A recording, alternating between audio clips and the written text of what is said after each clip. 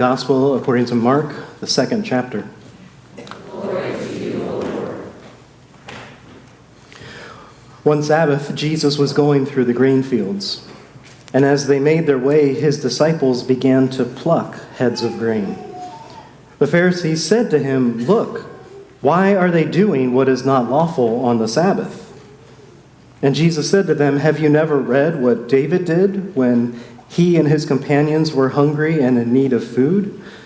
He entered the house of God when Abiathar was high priest and ate the bread of the presence, which is not lawful for any but the priest to eat, and he gave some to his companions." Then Jesus said to them, "The Sabbath was made for humankind, and not humankind for the Sabbath. So the Son of Man is Lord even of the Sabbath." Again, Jesus entered the synagogue, and a man was there who had a withered hand. They watched Jesus to see whether he would cure him on the Sabbath, so that they might accuse him. And he said to the man who had the withered hand, "Come forward." Then Jesus said to them, "Is it lawful to do good or to do harm on the Sabbath, to save life or to kill?" But they were silent. He looked around at them with anger. Jesus was grieved at their hardness of heart and said to the man, "Stretch out your hand." He stretched it out, and his hand was restored. The Pharisees went out and immediately conspired with the Herodians against Jesus, how to destroy him. The Gospel of the Lord. Praise to you, O Christ.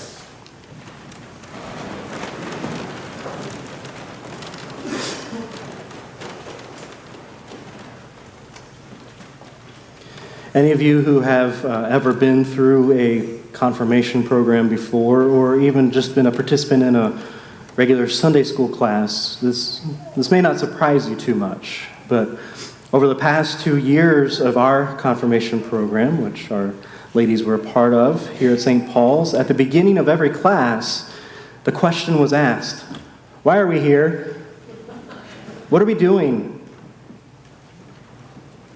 Now, before you get the wrong impression, it actually wasn't any of them asking that question. They hardly said anything this year. No, this was actually me asking this question. Why are we here? And admittedly, there were weeks where I did want to ask, why are we here? What are we doing? But truly, it was a serious question. Why are we here? What are we trying to accomplish through putting our time and energy into gathering together on these early Sunday mornings? Because there are times I wonder and I worry that we try and put this idea of confirmation up onto this pedestal in the church. It becomes a sacred cow that we can't touch and we're not going to change. In some ways, we feel it's a milestone where we can say, "Congratulations to you, you've graduated church, you don't have to come back." It's not that. Or it's one of those things that it's this process and this ceremony that we think, well, we've always done it this way. While in that same vein, we're thinking under our breath, well, we had to suffer through it, so you do too. We wouldn't say that. When I hear something like today's gospel story, I begin to wonder if Jesus would look at all of this and say, confirmation was made for humankind, not humankind for confirmation. So the Son of Man is Lord even of confirmation. Maybe I'm stretching that too far. Jesus, in his gospel, was talking about something else. In today's gospel lesson, we hear him criticize the Pharisees. He says, the Sabbath was made for humankind, not humankind for the Sabbath. So the Son of Man is Lord even of the Sabbath.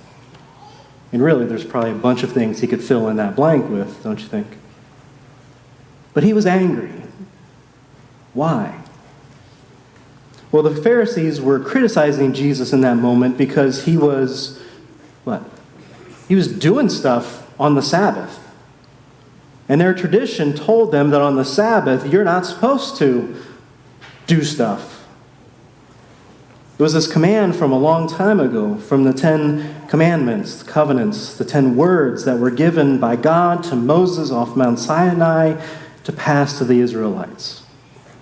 We heard it earlier in the reading from Deuteronomy. Observe the Sabbath day, says God, and keep it holy, as the Lord your God commanded. 6 days you shall labor and do all your work, but the seventh day is a Sabbath to the Lord your God. You shall not do any work. Even through today, devout Jewish people and many other traditions honor a weekly Sabbath where no work is done. Meals are prepared the day before so you can just spend the day and get food out as you need it and eat it. Wouldn't that be nice? Some traditions don't even allow vehicles or even electricity to be used. They walk to their synagogues or their church in the rain, in the snow, in the sun, and they gather at home by candlelight. The Sabbath day was meant for worship, for family and friends, for study and prayer, for rest, and for refreshment and enjoyment. And even though we consider it a command, because the way we're told here, observe the Sabbath day and keep it holy as the Lord your God commanded you, even then it was not meant to be a burden. It's not meant to be a way to earn God's favor if you do it well. It was always meant to be a gift. God says, remember that you were a slave in the land of Egypt, and the Lord your God brought you from there with a mighty hand and an outstretched arm. Therefore, the Lord your God commanded you to keep the Sabbath day. God is saying, remember how you have been freed. Remember how I have given you this freedom. God has given us this gift and opportunity to not have to do stuff, but rather take that day to rest. Yes, it's a commandment. Yes, it's an important law in many traditions that is meant to be followed, but we get to do it. Again, Sabbath is this gift. But we've been down this road on how we can and should keep Sabbath, so I won't rehash it all here, though a reminder of it is never a bad thing. But ever since that law of keeping Sabbath, that command to keep that day holy has been given by God, as we tend to do with everything else, humans have turned it into something it's really not. So, again, as we heard in the story in Mark's Gospel, Jesus is accused of breaking Sabbath law because, why? What did he do? His disciples picked heads of grain off of the plants as they were walking by because they were hungry. But these Pharisees looked at him and said, guys, you should have done that yesterday. And because you didn't do that yesterday and you're not prepared, you should just go hungry. Well, I guess Mark says really what they said is, why are they doing what is not lawful on the Sabbath? So Jesus rebukes them. Not in a way that says they're wrong about there being a law about this, but he rebukes them in a way that shows how the law has been broken before, and maybe how they are missing the intention of this law. Jesus says, don't you remember in your tradition that even David and his men ate in a way that was not technically lawful because they were hungry? He's referring to a story out of 1 Samuel chapter 2, if you wanted to go look that up. Jesus responds to them. He says, the Sabbath, it was made for humans, not humans for the Sabbath. Jesus is saying the Sabbath law should bring freedom to humans, not bind them and keep them from abundant life just so they can say they kept the letter of the law. I mean, should these people be prevented from getting something to eat? Oh, and by the way, he says, don't you think the Son of Man would know the law anyway? what's this really about?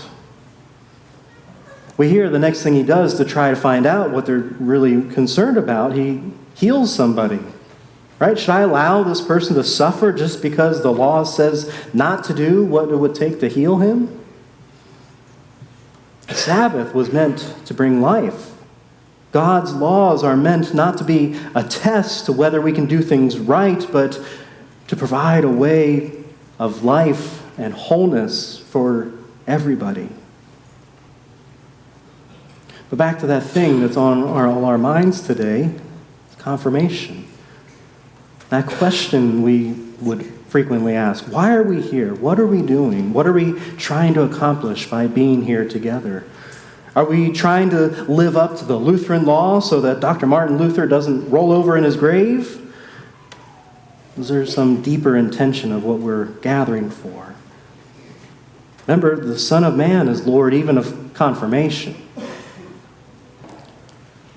To me, confirmation is not meant to be a check off the list. It's this chance to learn and grow closer to Christ and find life and hope and wholeness. It's a chance to ask questions and dig deeper and challenge ourselves. Writing a faith statement was not meant to be a burdensome assignment, though it probably felt like that. It was meant to be a way to point to God and say, this is what I think I believe right now, and it could change tomorrow, or it could change next week, or maybe it'll change in 10 years, or maybe it will never change, and I always believe this.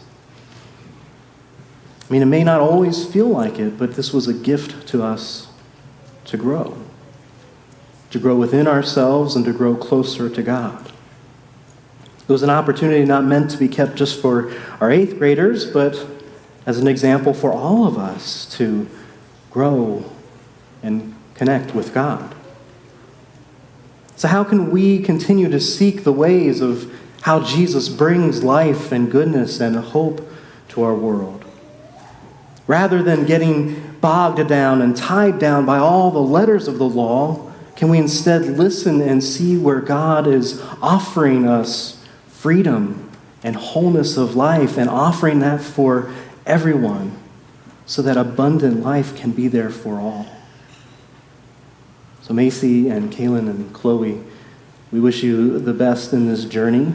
We hope that you find God in so many ways in your life, and we hope that you continue to grow and flourish.